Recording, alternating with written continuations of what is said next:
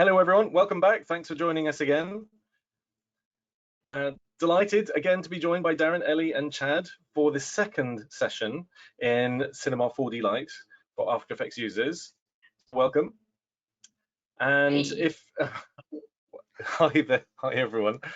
What we're going to be covering this week is we're going to be diving a little deeper into what you can do in cinema in combination with After Effects, but we're also going to do a little recap and what happens if you are brand new to cinema and you've got that crazy button that says File, Create, New Cinema 4D Lite Scene. What is that?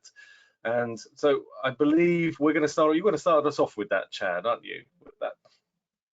Yes, sir. And then Elly's going to take us through some more detail about how you can do some interesting MoGraph in cinema without too much hassle. Yeah. And in fact, here I am on the Maxon website. I'm on maxon.net. If you go to the events page, you see all the various events we've got. And here's, if you're looking here, this is I do some eye-catching MoGraph animations using a variety of techniques. And we're trying to give a little bit of a flavor of what we're going to cover ahead of time. So that's why we've got a little animation in there. But if you do go to that events page, that's where you can see all the other sessions that are coming up. And so this Friday, we've got Seth and Hashi are back for another show on VFX and compositing. And also you'll see here, Elly is running another one of her hands-on with Maxon sessions. And this time it's covering Redshift. So if you're brand new to Redshift, then she's going to start right from the word go to cover 4 weeks of really interesting techniques to get you up and running in Redshift. That sound right, Elly, for those sessions? What have I left out for that? No, that sounds good. Yeah. Going from scratch, and then 2 hours across kind of various topics. So like getting started, then node materials, then lighting, and then finishing off with kind of building our own scene from scratch pretty much, and then looking at render settings and all that kind of fun stuff. Fantastic. And if you've missed any of Elly's previous hands-on with Maxon sessions, you can find those on, or in fact, all the recordings on the Maxon Training Team on YouTube. And that's where we'll be posting this show as well in a few hours' time. When it's finished downloading, we'll create that and you can rewatch, and we post all the sessions that we do, recordings on there. Fantastic. One topic that came up was which version of Cinema should I be using if I'm using Cinema 4D Lite R25, and if I don't have the same version that you guys are using, then how do I update to that? And we've got a simple answer to that. There's two routes through. One is that even if you have never used Cinema before and you've just an After Effects motion designer perhaps, and you're just interested in looking at 3D, you can download the latest version using this link here, the downloads page on the Maxon site, and I'll give you that actual link in a second as well. We'll post it in the chat and we'll have it as answers to questions too. And if you've got any of the Red Giant tools, or in fact that you've been testing out Cinema before, you can always use the Maxon app, and then it has inside the app an update button where you can update to the latest version as well. And you can see on my version here, I need to update. So just to give you an idea of what it looks like. And also on that same YouTube page for the Maxon Training Team, Elly created a wonderful little Maxon app video that helps you understand how to use Maxon app too. So please feel free to check that out too. Just search for Maxon app on our YouTube page and you'll find it. And then finally, just quickly, we've added in the links into a PDF. If you go to the handout section of the webinar software here, it's just a little icon and next to the button for asking questions, and you can then download this PDF, which gives you those links as well. So there's the link here, the Maxon download page for Cinema 4D Lite R25 for the latest version. And you'll notice on that too that we also want to say thank you for being part of the community and joining us on these sessions. So we wanted to give you a free t-shirt, and this is how you do it. You can follow this link inside that PDF, and then the password for that area is 3D effects, and then you can jump in, and it's good for one shirt. This is what the box, or the what is it, the checkout, but the trolley, what do we call it, the checkout area, what is shopping that cart, called? The order summary. The That's trolley. That's I like that one most. the checkout trolley. This is what it will look like. It'll give you a discount off your shirt, and you just have to pay for shipping, which is, I think, is about €3 or €4 or dollars. Great.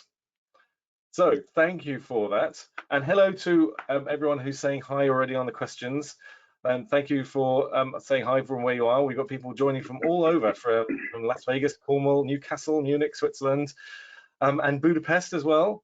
So thank you for joining us all. Right, I'm going to hand over to you, Chad. Okay. Stop giggling at my trolley reference and make you a presenter. Never. Okay. Let's So see. here we go. Do I steal it from you, or are you going to hand it to me? You can steal it from me. Let's see. Okay. I'm trying to find where you are in this long list of Hang on. attendees.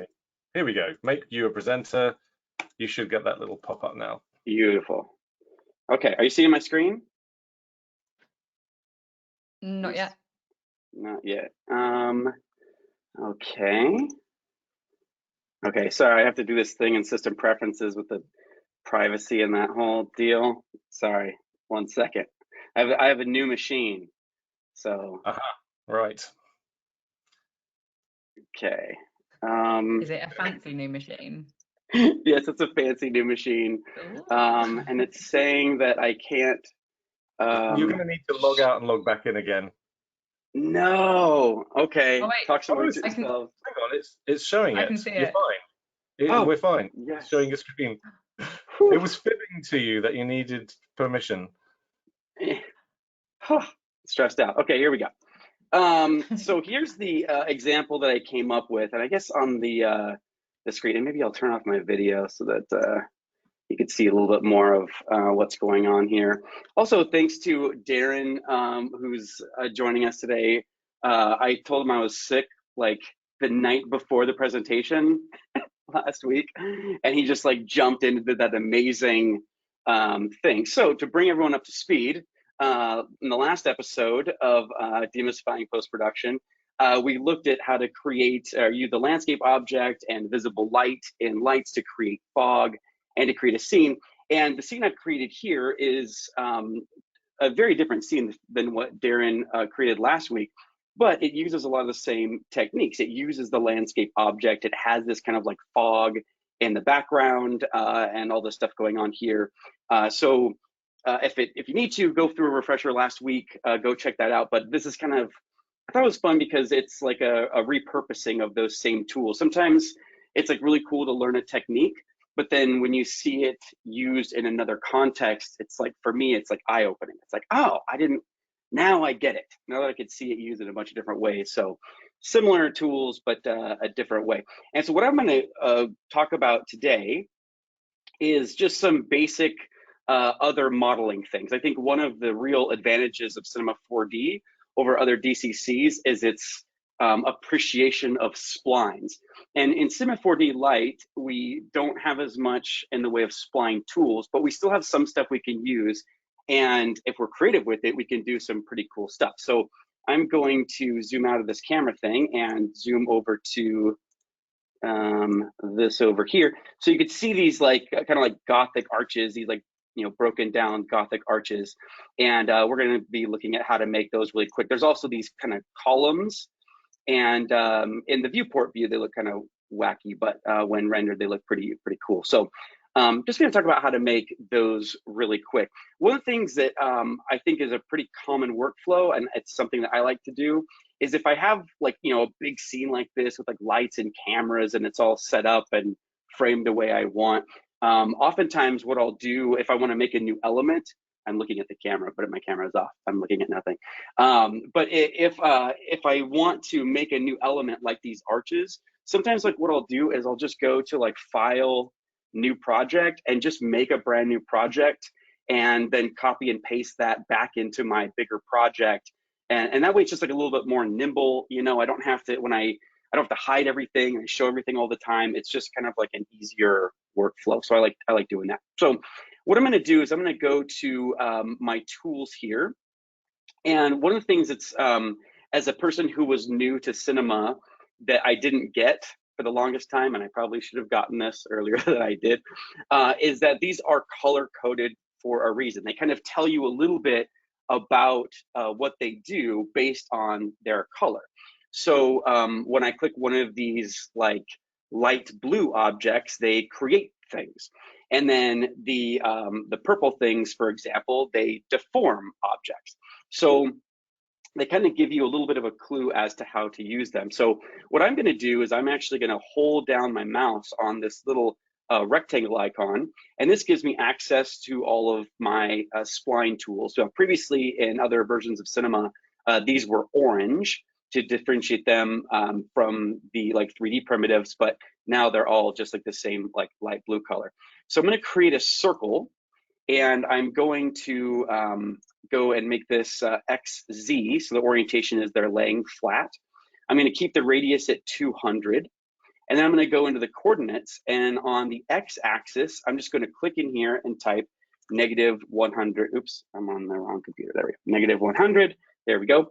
And then what I'm going to do is I'm going to copy this, and I'm going to copy this by holding the Control key while I drag it here. I could also hold down the Control key on both platforms, by the way, as I use one of the transform tools. So if I were to hold the Control key and then click on one of these arrows and drag, it would also create a copy that way. But I'm kind of doing things manually here, so I'm just going to take this to 100. Now, what I'm trying to do here is I'm trying to create a template for my Gothic arch. And I'm just gonna kind of jump ahead here, all a cooking show, to show you like this kind of thing down here at the bottom. You can see that my little circles template there, because that's how to create a perfect Gothic arch. Now, if this were the full version of Cinema, I could just easily use a shape tool to combine these and then get this piece that's left over. But I don't have the ability to do that here in Light, so I need to do this manually. So what I'm gonna do is actually, I'm gonna click my middle mouse button to see all my different views, and then I'm going to go over here to the top view. It's similar to what I'm doing with the perspective view. It's just a little bit wonky, and I want to make sure everything's lined up perfectly. So when I'm working with splines, I tend to use these orthographic viewports, as they call them, and not the perspective one, so I know exactly what I'm doing. So now that I've clicked the middle mouse button to see all my views, I can go to the top view and middle mouse button click in the top view, and then I have here my template. So when you're combining two circles like this, so they're 200 centimeters big, and they're offset by 100 centimeters in each direction, then that creates the perfect Gothic arch. Like that's how, people that were creating Gothic arches back in the day created Gothic arches. So now what I'm going to do is I'm going to go down to this little spline tools again, and I'm going to create an empty spline. And that's going to allow me to click, that's going to allow me to click, right? What am I missing? Oh, maybe I need to click one of these spline tools here. What am I missing? My spline pen here. Yeah, that should be the one. There we go. Thank you. And so then basically I'm kind of trace this. And if you're familiar with Adobe Illustrator, this is like essentially kind of what we're doing here. We're like clicking and creating these Bezier paths. And then I can hit escape once I'm done. I could go back to the selection tool, or I could go to the move tool and click on these points and align them. And I can also right click on these points. You got to get right up on that point though. You can change maybe I need to click the selection tool here. There we go. And then right click, and then I can change whether I want to, how I want to interpolate this as far as like my Bezier shapes go. So if I want to make this soft interpolation or like linear, like if you're familiar with After Effects and Illustrator and that whole world. And so I could go in here with these handles, and then change the shape. Now, it did take me a minute to kind of tweak the handles to get this all lined up. So I'm going to go over to my Gothic example that I already finished, and I'm going to show you what I did here. I have this arch spline, and I'll go ahead and just delete all this other business. So here I have that arch there. Now, what I want to do is turn this spline into geometry. If I were to render this, we get a whole bunch of nothing. But what I want to do is create geometry with this. So what I want to do is I'm going to turn my camera on just for a second because I can explain this better, like when I'm like talking. So what I want to do is we have this like spline, right? And what I want to do is take a shape and extrude it along the path of that spline. So I'm going to go ahead and go back here to this thing. I guess it wasn't worth turning on my webcam just for just for that. But what I want to do is I'm going to create a new shape, and I'll go ahead and create a flower. Let's say little flower. And so the way that things work, as we click them in one of these buttons to create them, then they show up in the Objects Manager. And this is almost like the equivalent of the timeline panel in After Effects, where this is like our stuff is listed here. And then when we select them, then we get asked the attributes of them in the Attributes Manager below here. And there are these different tabs that we can use to go and find the various different properties. So a lot of these, you want to go to the Object tab to get the properties to adjust. So I might change the orientation of the plane. This is on the XY plane, but if I put XZ, it's going to be flat on the ground there. Let's maybe make the petals a little bit smaller, and I could take the inner radius down, and let me zoom in here so you can see what this is doing here. So you can see we can change the petal number. We could change the inner and outer radius here. And I used a much smaller values here. There we go. So you can see kind of like the relative shape of these two things. Now, what I want to do is create what's called a sweep object, where it's going to sweep my flower along the length of the arch. So what I can do here is go to the green area here, my generators, my lime green thingies here, and I want to create a sweep object. And a sweep object, by default doesn't do anything. It needs data. It needs other thingies in order to work. Specifically, it needs two paths. So I can give it two paths, like it's hungry. Think of it like it's hungry. It needs to eat something. It needs two meals. And so what I'm going to do is I'm going to take my flower and I'm going to drag and drop. And while I'm holding my mouse, you can see we get these little arrows. This is very common in cinema as you're dragging and dropping things. And this allows us to create relationships between things. If we have something to the side like that little arrow, I get this is very tiny, but hopefully you can still see that little arrow. Then it's going to stay kind of like what they call like a sibling. It's in the same kind of hierarchy, same family. But if I drag just so I get that down arrow, what that's saying is that this is going to be a child. So this is going to allow us to feed the flower to the sweep. Now, nothing happens there because, again, we need to give it two things. So we need to give it this arch spline as well. So as I drag and drop this to my sweep, then we get that down arrow and this comes in as well. Now, chaos ensues because these things are out of order. It's going to be looking for that profile spline first. So we just have to drag and reorder. And again, we want this side arrow because we want it to be a sibling. This will keep it in the hierarchy, but in a different order there. So now you can see what we've done here is that we have, well, this is kind of like, this is flat. So we need to change the orientation of the flower to match the arch spline. So we just go back to the flower and change the plane here to XY. And now you can see it looks like a flower there, but when you're kind of outside of this, it looks like, this like kind of detailed Gothic arch. So what I did for my deal there is that let's see, I'm gonna revert to save project. Yes, I want to lose those changes. So I just shrank the arch and made 2 smaller arches, and then I also made a circle object and swept that with the flower profile spline as well. So very simple, easy techniques, but you can create some cool details with that.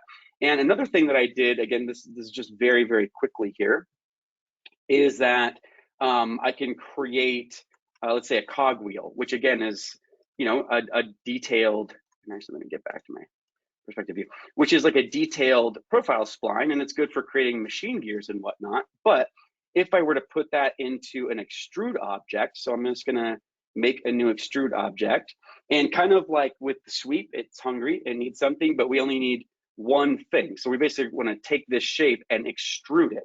So I'm gonna take this and make it a child by using that little down arrow of the extrude object, and then we can go into, like, click on the extrude object to get the options for the extrude object, and I could go into offset and increase that. And so you could see that if we fiddled with this a little bit more, added some stuff to the top of it, we would have ourselves a nice little column.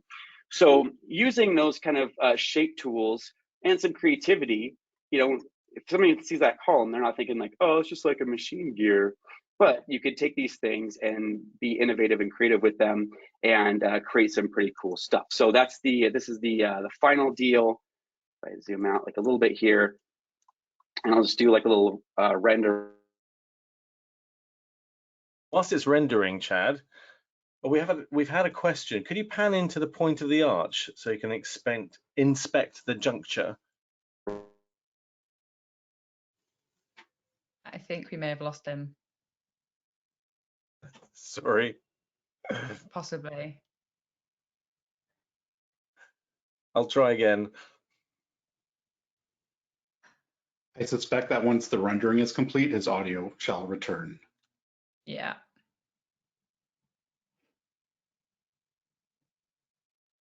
While I'm wrapping up, we have these little arches. Now, one of the things that I did as well to formation, it works with guns, and then just, we're not going to get into that. There's that. Anyways, that's my deal. And if there's any questions or whatever, we can go into questions. But then I think we're all pretty excited for Elly's deal. We dropped out a second. How do I dropped out for a second? Yes, just whilst the render was happening. And we did have a question where we had a question from Glenn. Can you pan into the point of the arch so that we can inspect the juncture? Those how the point of the arch intersects and so on. Yeah, so when I created this one, there is like a little bit of overlapping geometry because of the way that I had the settings. And I fiddled with it a little bit to kind of like minimize that, but I didn't go to the effort of making it really perfect because I knew that they would be far like this. And so when you're seeing it from this distance, from the camera distance, like you can't really tell that those little glitches right there. But that happens a lot of times when you create spline things, extrusions, sweeps, all that kind of stuff. It's like the shapes have a tendency to kind of like overlap, and so you kind of have to like adjust the settings and fiddle with it to avoid that.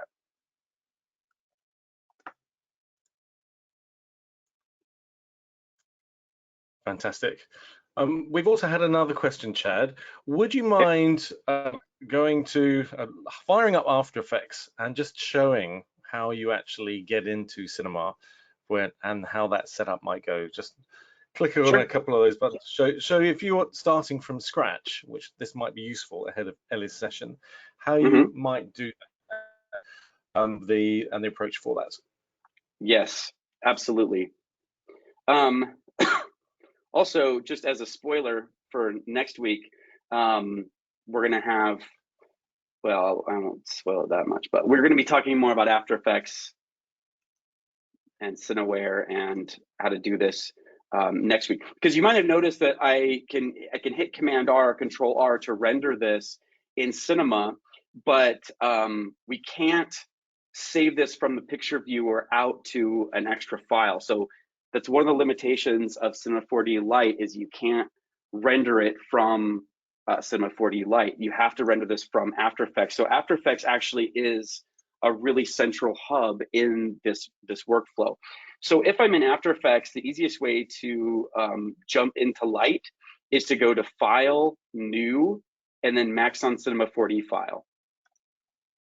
And that's going to create a new blank file, and it's going to ask me, I'm going to save it as untitled. I never save things as untitled, but because I saved it as untitled, I'll remember where it was at, because I never use untitled stuff. So, okay, so then it automatically opens Cinema 4D Lite if it's not open, and then opens up that file. So then here I can work and, you know, make whatever I need to or whatever, and then that shows up here in After Effects. And when I add this to a composition, then it automatically applies the Cineware effect, and then we could see our stuff from Cinema. And I'm not going to load up this project right now, the big one, because it does take a long time to load. I was kind of trying to make a really big world in Cinema, and I was in Lite, and kind of push the limits of what I was able to make from scratch in Lite with the default tools. And I wasn't really, you know, trying to create something that would work well in After Effects. But anyways, does that answer your question, Simon? So you could create a new Cinema 4D Lite file, or launch Lite from doing that, creating a file, new Maxon Cinema 4D file that launches Lite, and then you could add this like you would any other footage element, and then Cineware is added automatically. Absolutely. And we'll be covering more on this, especially next week, because we've got a special guest, as you teased, Chad. Special guest from Adobe, Christine Golby, who is... No, it's fine. It's absolutely... we might have shared this information. So we got a special guest next week, Christine Golby, who is the Senior Product Manager for After Effects. She's going to be joining us, and we're going to be talking through workflows and how you handle these files, and how you jump in between After Effects and Cinema 4D Lite, and what you can do in After Effects when you have 3D elements in your composition. So we're very excited for that. Mm-hmm. Okay, how do I surrender this to Elly? I can make Elly presenter. Here we go. Okay. Screen to you, Elly. Cool. Let me show my screen. All right, chat out. Right, can everyone see my screen? Is that all good? Yes.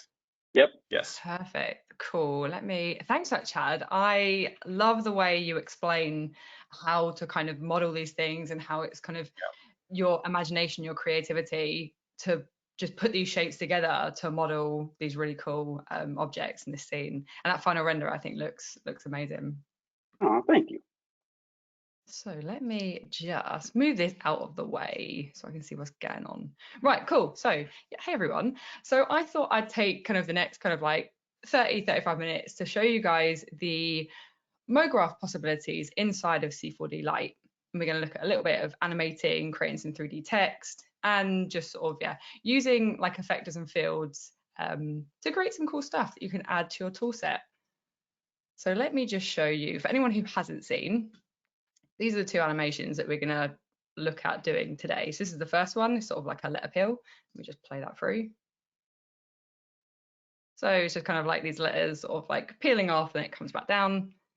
And then this one here is just using a bit of MoGraph. So we have our can, then kind of has this little bulge, and then our text comes in.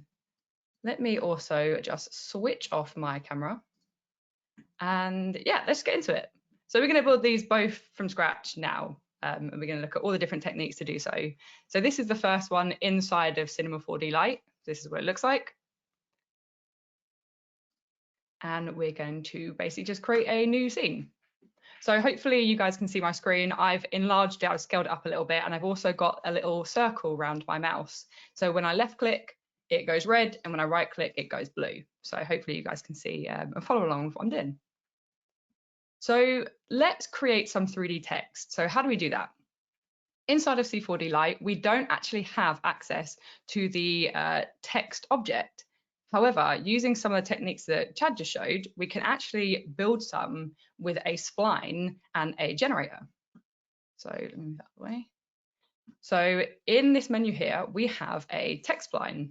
So if I grab that, we then have the ability to basically just write anything that we want. So I'm just going to write the word peel. And I think it was like Korolov or something like that. Yeah, this nice kind of like tall, skinny font. I quite liked it. So once we've changed that, we have a few other little settings in here. So we have our alignment. So at the moment, you can see we have our sort of axis handles to the left-hand side of our text. We can actually change these to the middle, which is what I'm going to do. And I'm going to set this to the middle. And so now what we can see is this axis is now in the center of our text. And this might seem like something not very significant, but if I was to rotate around the left versus rotating around the middle,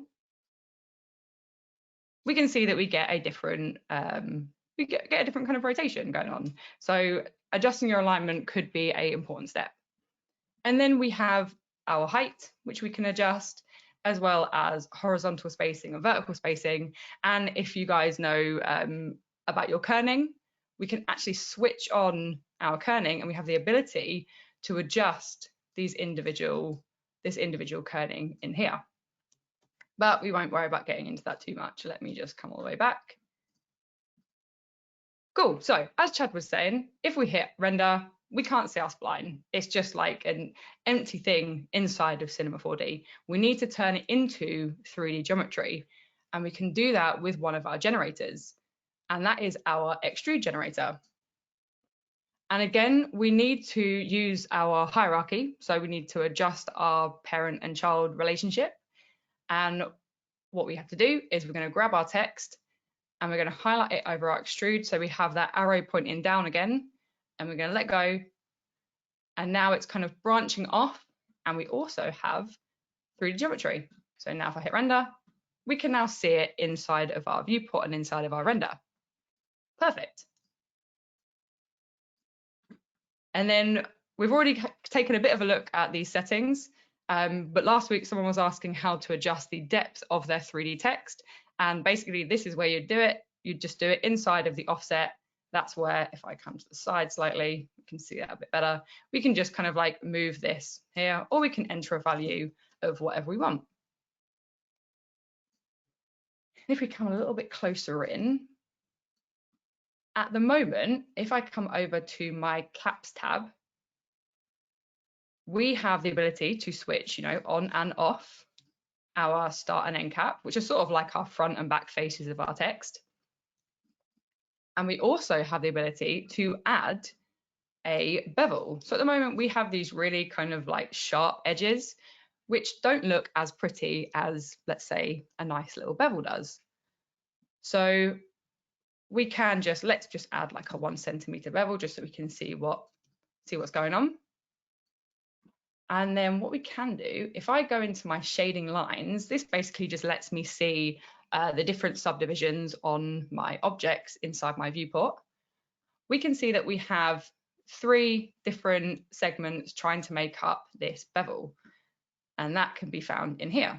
So if we look at this and we think, oh, it's not really that smooth, I want more of a rounded bevel, we actually just need to up these segments until we get a nice smooth. And like 10 isn't the max, we can go higher if we want to.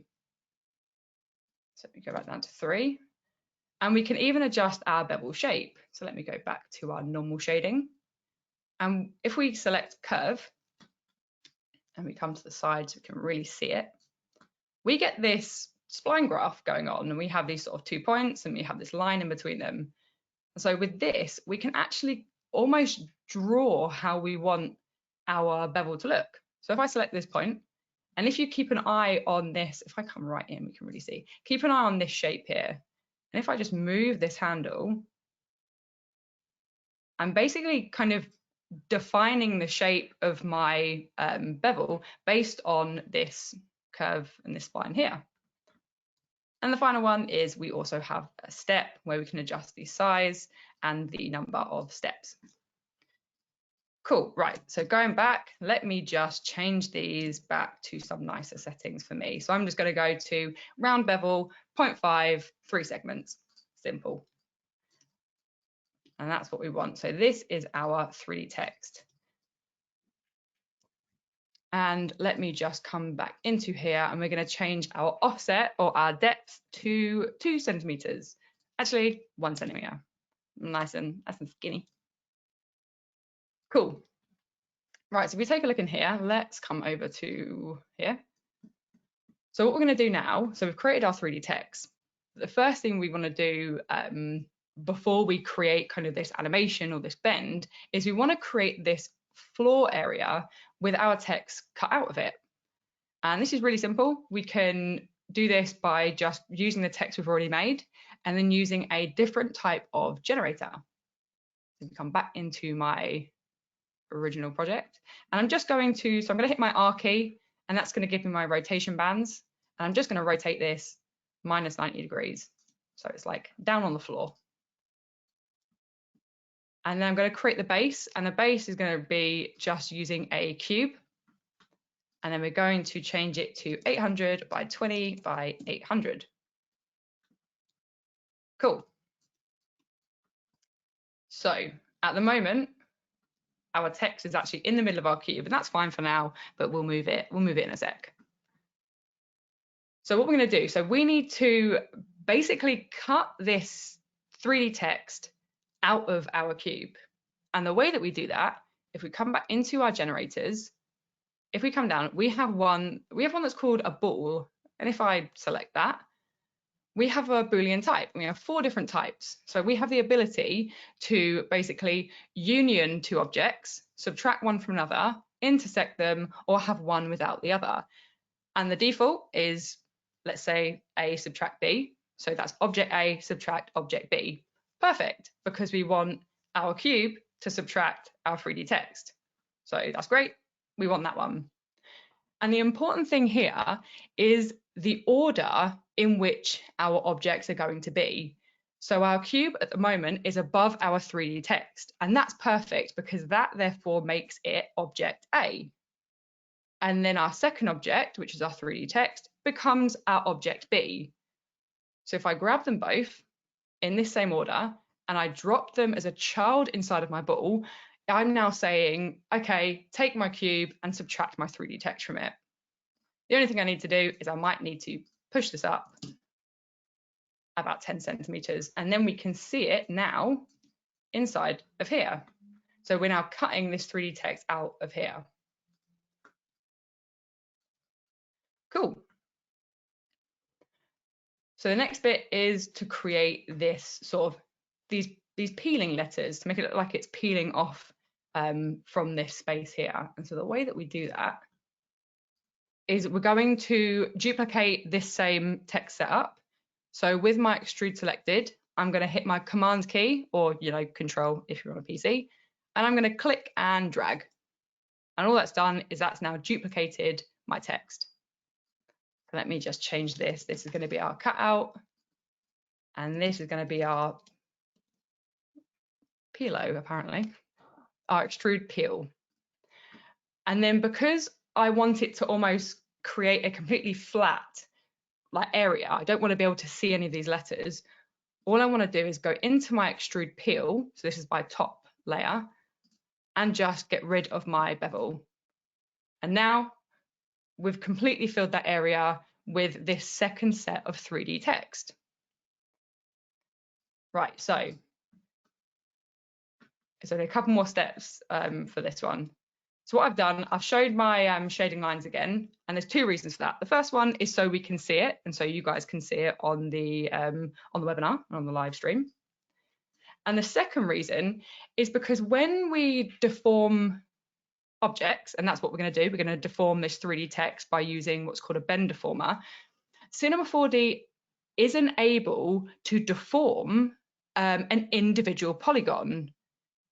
And so if we look at the top face of our 3D text, we don't have any subdivisions on top of our on top of our caps or on top of our faces. It's made up of one polygon. And so if we try to bend that or try to deform that in any way, it's just not going to work. So we need to set up some subdivisions, and we need to almost like increase our mesh on our faces of our text to allow our bend to happen properly. So the way that we can do that, and this is going to be done inside of my peeling letters. I'm not worried about the cutout ones. They can just stay as they are.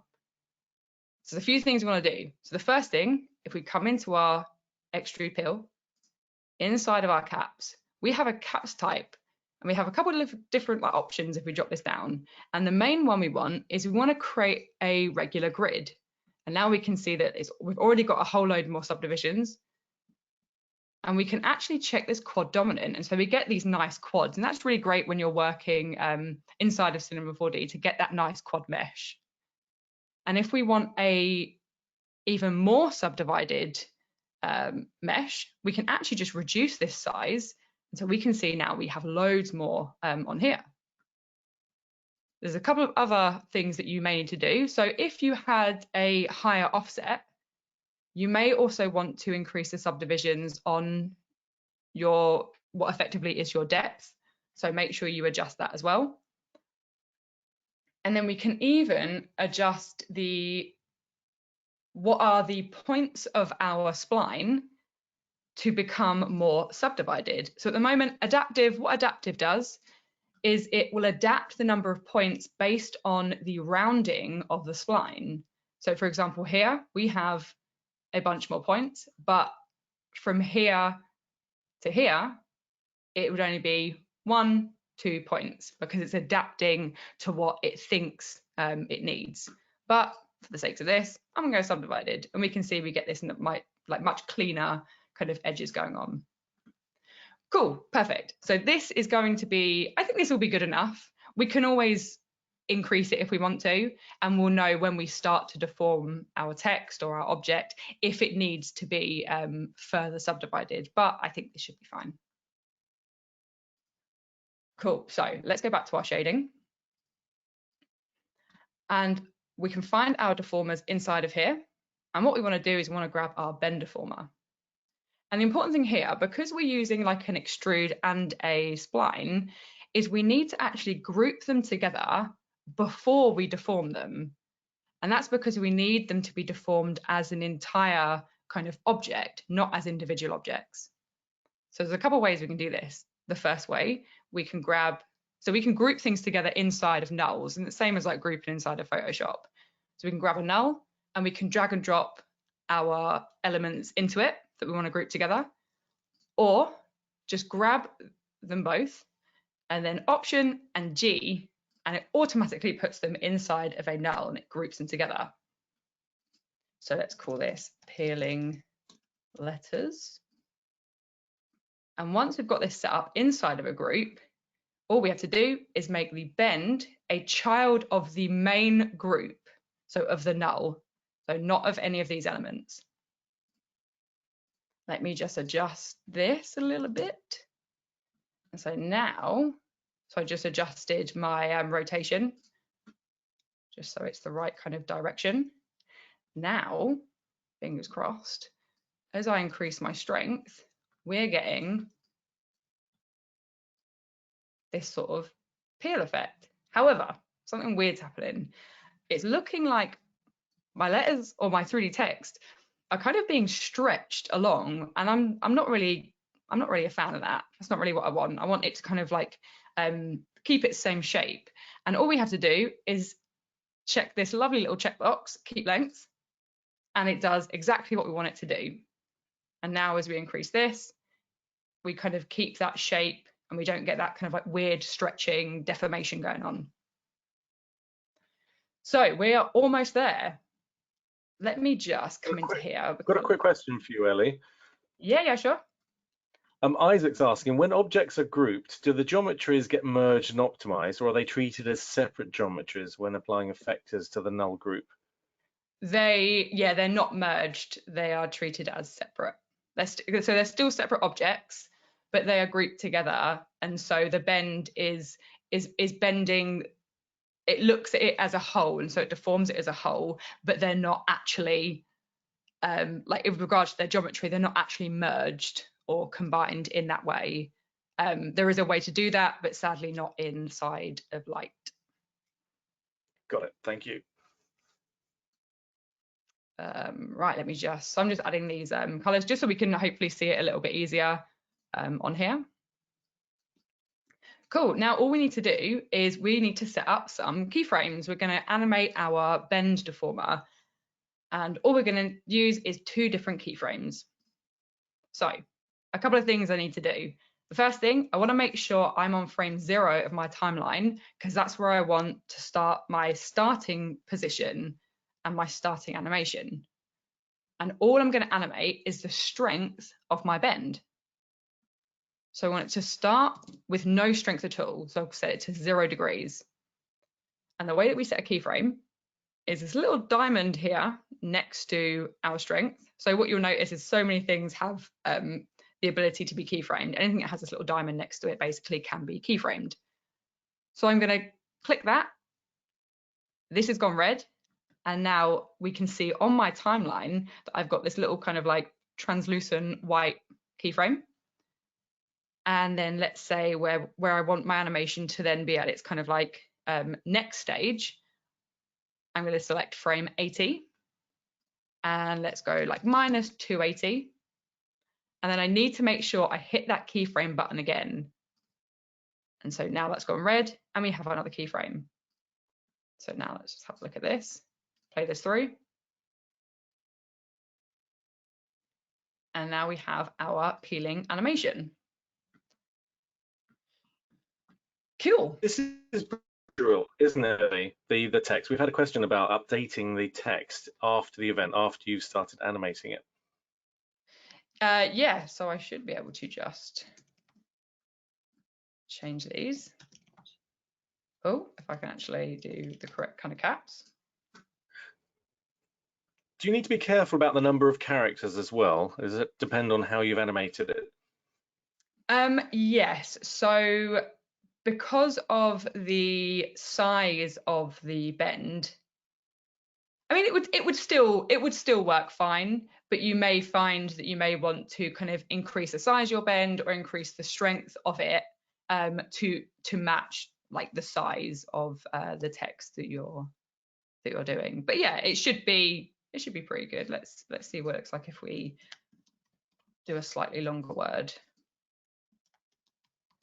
Let's see if this just matches up.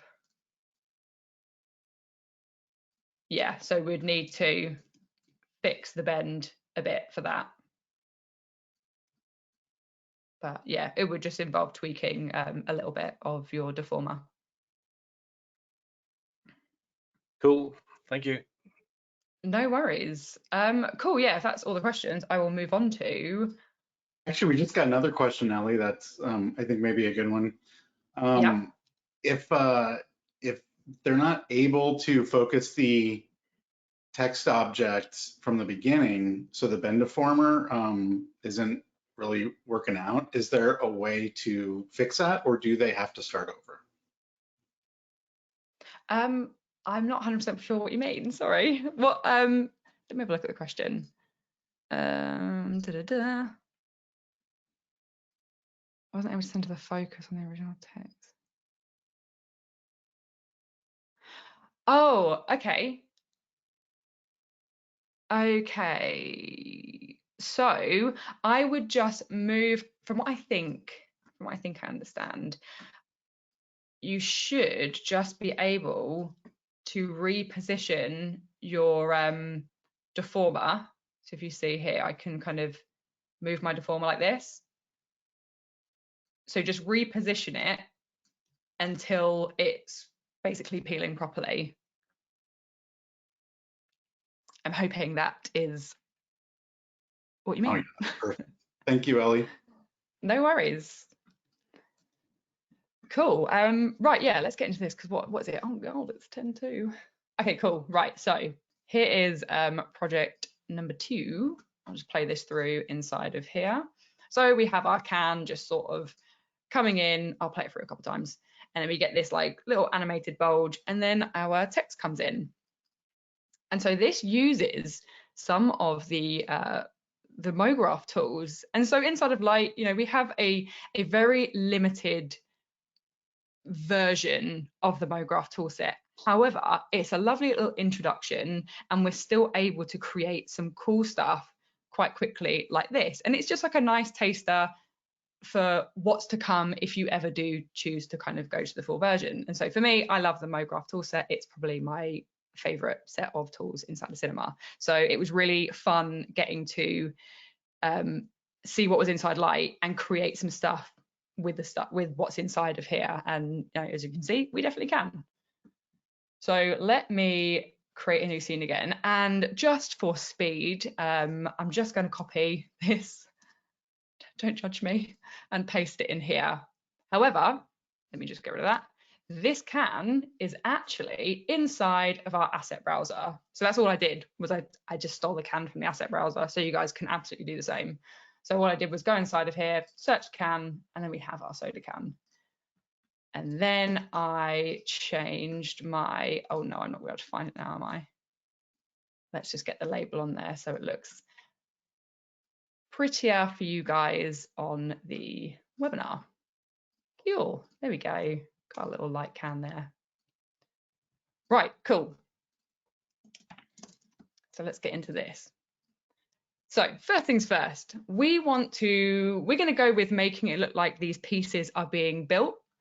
So we see in the first kind of part of this, I'm pointing at the screen, I don't know why, we have these bits coming down and coming together to form our can. So that's the first step that we're going to look at. And the way that we do that is we're going to turn it into MoGraph geometry. And we can do so with our MoGraph generator, our fracture. So we have our normal Cinema 4D generators in here, which we've been looking at a little bit today. And this is our MoGraph generator. So if I grab my fracture, again, we need to use our hierarchy system. And so I'm just going to grab my whole light can null, so my whole group, and drop it into my fracture. And the important thing, because I want it to look at these as individual pieces, I need to come down into my object tab and change my mode to explode segments. Now, as this is now MoGraph geometry, we can actually use our MoGraph effectors. So we only have two, but that's fine. We're just going to be worrying about the plane today. So if with my fracture selected, that's very important, I can grab my plane effector. And so what's happened is our can has basically been pushed up on the y-axis by 100 centimeters. And we can see that inside of our plane parameters. So we can see we have our position and 100 centimeters on the y. And we can just sort of mess with these values if we want to. Back to 100. But you're probably thinking, yeah, but Elly, it's not in individual pieces. It's still the can, it's just been moved up. So the way that we can fix that, or the way that we can kind of start to create some additional animation, is by taking advantage of what are called fields. So inside of my plane effector, at the very end, we have a fields tab and we have a fields menu. And a field is basically a fall off, and it's going to allow us to define an area of where this effector is basically happening.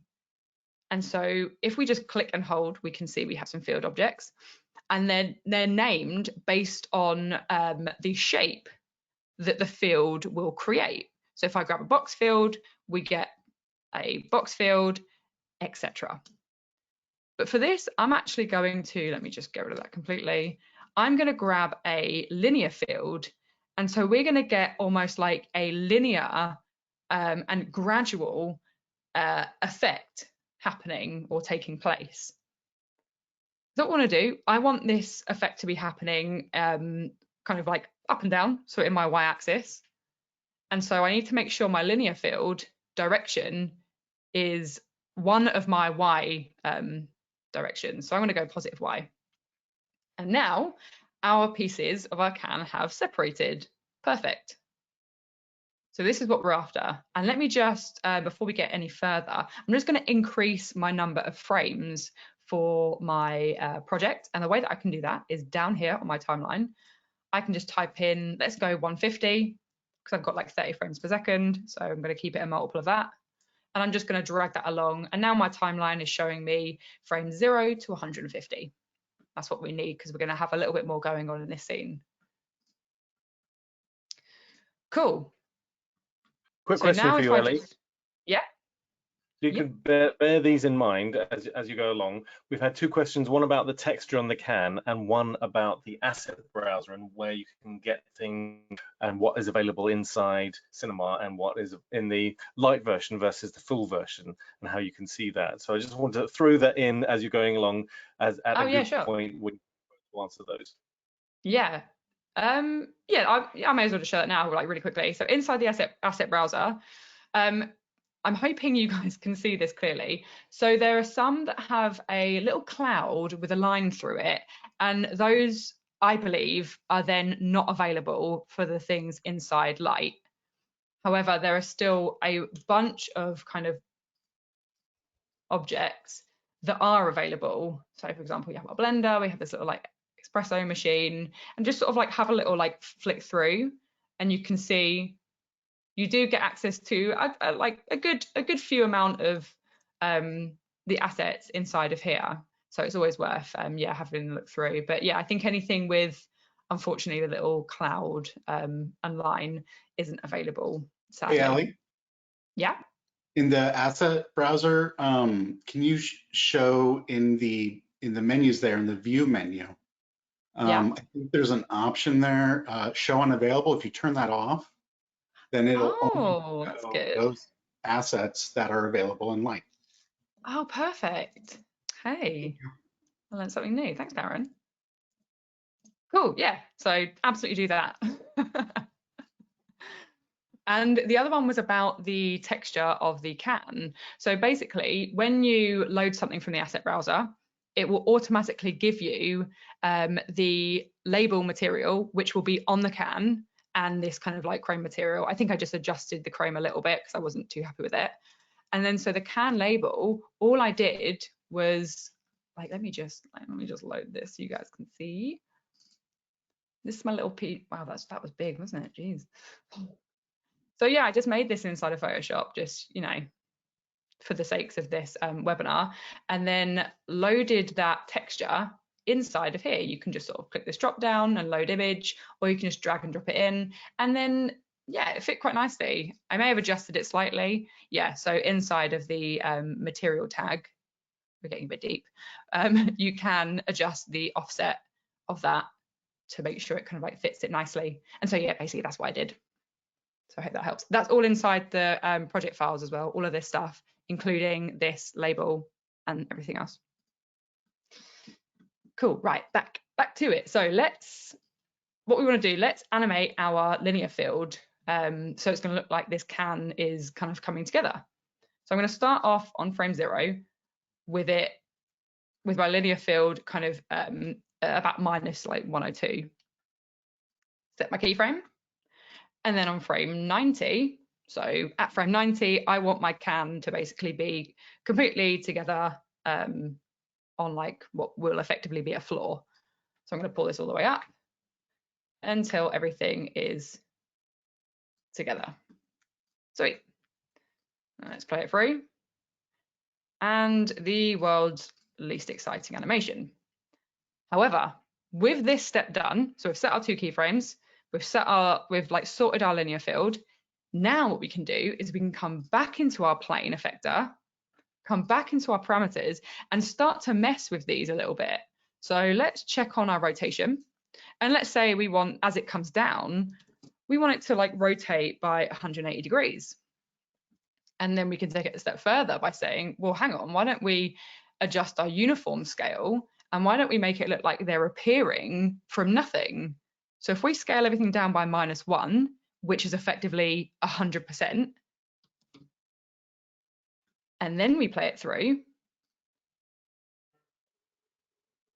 everything is now scaling up and rotating and coming down and forming that can.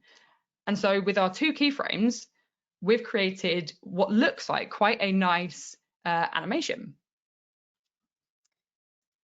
So the next step, after I've done this, I am very aware that we are at for me, 6 o'clock, but hopefully we won't be overrunning too much. So the next bit, we're going to create this bulge here that's happening. And the way that we do that is using a technique we previously used, is using a deformer. So what we're going to do, we're going to come in and we're going to grab a bulge deformer. And already, because our can is inside of a null, we can actually just make the bulge a child of our null here. And then let's just make this a little bit smaller and then add a strength of about 20. So 20% there. And then now if we move our bulge, we're getting this kind of bulge effect. So one quick thing I did want to say as well is if we look at our lines again, and as we come up here, we're getting this kind of sharp line. And so we need to increase our subdivisions to make this a little bit smoother. And there's a really kind of like easy and like quick way we can do that. If we come into our generators, we have a subdivision surface, and effectively this is going to subdivide the object that is a child of it. And so in our case, this is going to be our can. So I'm going to make this a child of my fracture, and I'm just going to grab my whole light can null and I'm going to drop that into my subdivision surface. So now we can see we've got a lot more subdivisions. And now our deformation, our bulge, is much smoother than it was before. But, you know, for the sakes of this webinar, I'm just going to turn it off so my playback is a lot faster. Right, so now let's animate this bulge so I don't have to keep kind of doing this. So let's say on about frame 60, and this is all, you know, personal preference. This isn't like exact stuff. I'm just choosing where I want my animation to start and end. So I'm going to animate my bulge, and it's only going to be on the Y position. So I'm going to set a keyframe at frame 60, and then let's say at frame 100, we're going to pull it all the way up and make sure we set another keyframe. So now we have it appearing and we have this happening. And what I love about Cinema 4D and Cinema 4D's keyframes is, let's say, you know, let's say that like bulge animation is happening way too quickly. Well, with it selected, I can actually just pull this over, this little keyframe here that I just set, to like frame 115. And so now it's going to happen slower. Perfect. Right, last step. Let's get the text done, and then we can do any questions if there are any. So, right, let's create our text. So we've already made some text. So we get our text spline. We're going to just rotate this round and round again. And then let's get it saying light.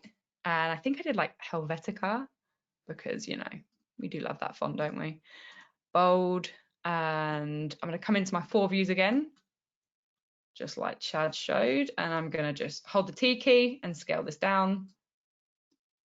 I'm just going to reposition this just so it kind of is roughly the same kind of size or the same sort of height as this can, just so it's a bit more like aesthetically pleasing for us all.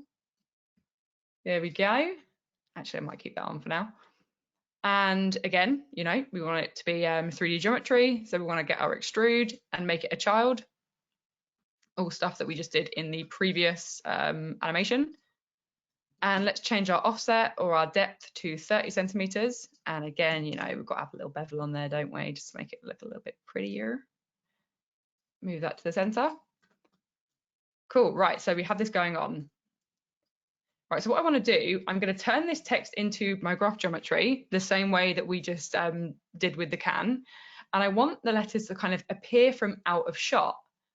And so before I actually set this up, I'm going to change my my output settings, which are kind of like my composition settings inside of After Effects. So if we come up to this little tab up here, these are our render settings. And we have the ability to control our output. And so let's do a little Instagram one. Let's do 1080 by 1350. I'm going to come in here. And now we're going to grab our fracture again, so we can turn this into MoGraph geometry, make it a child.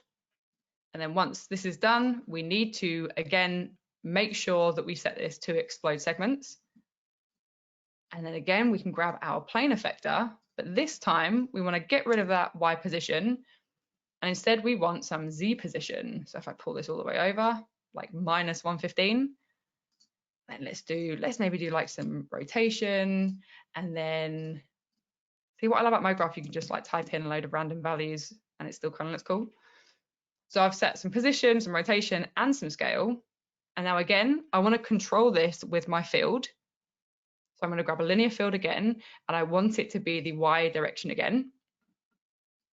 And now as we pull this up, we have our text coming in. So let's go to frame 60, pull this all the way down. So our text is all the way out of shot.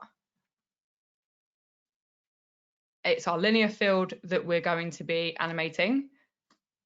So one keyframe there, and then let's say, what did I want to do? 110. Let's put it all the way up.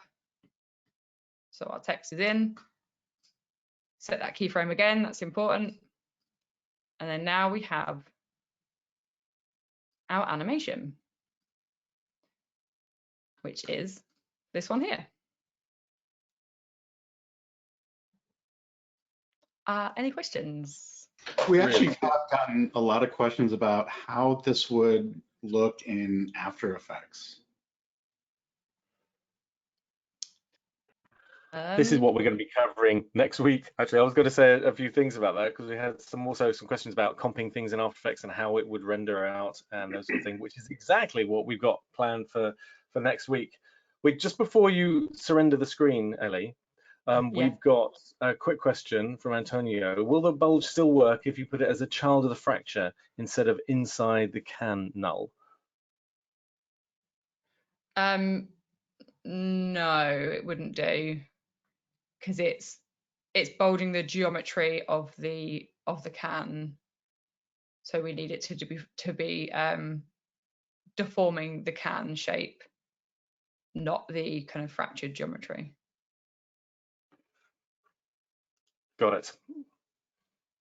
Cool. And yeah, I can always put this into After Effects for next week and have a look. But yeah, my focus today was just sort of wanting to show you guys the possibilities inside of Light. But yeah, then by all means, this could be brought into an After Effects comp and done some magic with, I'm sure. Sounds fantastic. Can I pinch the screen from you, Elly? You can. Yeah, I'm gonna make me a presenter. Here we go. Cool. That's fantastic, Elly. I really liked how those subtle little changes, especially with the bulge, and your comment, just type loads of random stuff in it and it'll still look cool. It's great. Oh yeah, that's how I make everything. Like random numbers. Yes. Test it out. I believe in production they call that iteration. That's a professional term for it. Yes, exactly. And we've had lots of questions about how this relates to After Effects and what it would be like if you rendered this in After Effects and how it would take, and does it matter which type of computer you have, and hey, does your stuff work on M1? And so it's interesting. We have a variety of different techniques that we're gearing up to show you next week. And this is the week that we've got our special guest, Christine Golby from Adobe, is joining us. She's the Senior Product Manager for After Effects. So we're going to be talking about exactly that and how you can then combine these things. Maybe you want to comp some 3D into your scene and make it look convincing, and how we might do that, and also how you might set up the renders. So we'll do it, all of those things we're planning to do next week, and maybe we'll even ask Elly to show what happens when you load that exact scene into After Effects and do that as well. Yeah, definitely, that'd be cool. So that would be really cool. Thank you for that, and thank you for all the questions as well. We're open to other suggestions and what you'd like us to share as well. So as well as on these webinars, you can also email us at training@maxon.net, and please make suggestions for future tutorials or tweaks on in the middle of a series, for example. We still got 2 weeks to go. So if there's anything special that you'd like to see, we've noted your comments from today's session, but we'd love to hear them. And we're trying out new experiments all the time. Like, for example, one of the things we've been requested is to show the UI in more detail. And that's one of the reasons why we're keen to turn off the camera so the UI fits the screen so you can see all those menu items. But please let us know if this works for you. If you prefer to see the presenter whilst we're explaining stuff, then let us know. If you like the UI, that's great. If you'd like something else as well, please let us know, because this is your session as it is as much as ours, and we just want to make it as useful as possible. So there's a little survey thing that comes up when you shut down the webinar, so please let us know what you think. That'd be great. Also, just want to point out that I was using an M1 machine today, so. Oh, yes, that's true. Yes. So that question earlier, does cinema work in M1? Yes, because Chad was showing it. Yeah. I know that's a simplistic answer, but it's, and you know, other machines and other operating systems are available. And for example, Darrin was using Windows with a Dell Precision Tower last week. So there's multiple ways in which you can work it.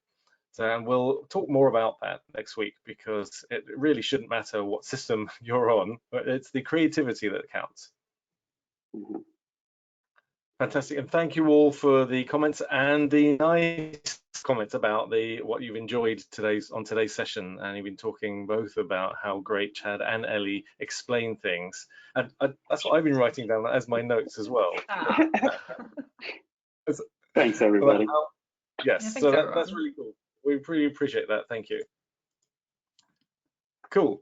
So we'll see you next week. Don't forget to go to the Maxon events page, the one I've got up on the screen here, if you want to see more about what's coming. And then also search for us on YouTube, Maxon Training Team. And this is where we store all the recordings, and so we have additional recordings for things like if you wanted to do Illustrator workflows inside cinema. We've got some sessions on that. I know that question came up during the questions today, or during the comments, so we'll see if we can sneak some of that in over the next 2 weeks as well.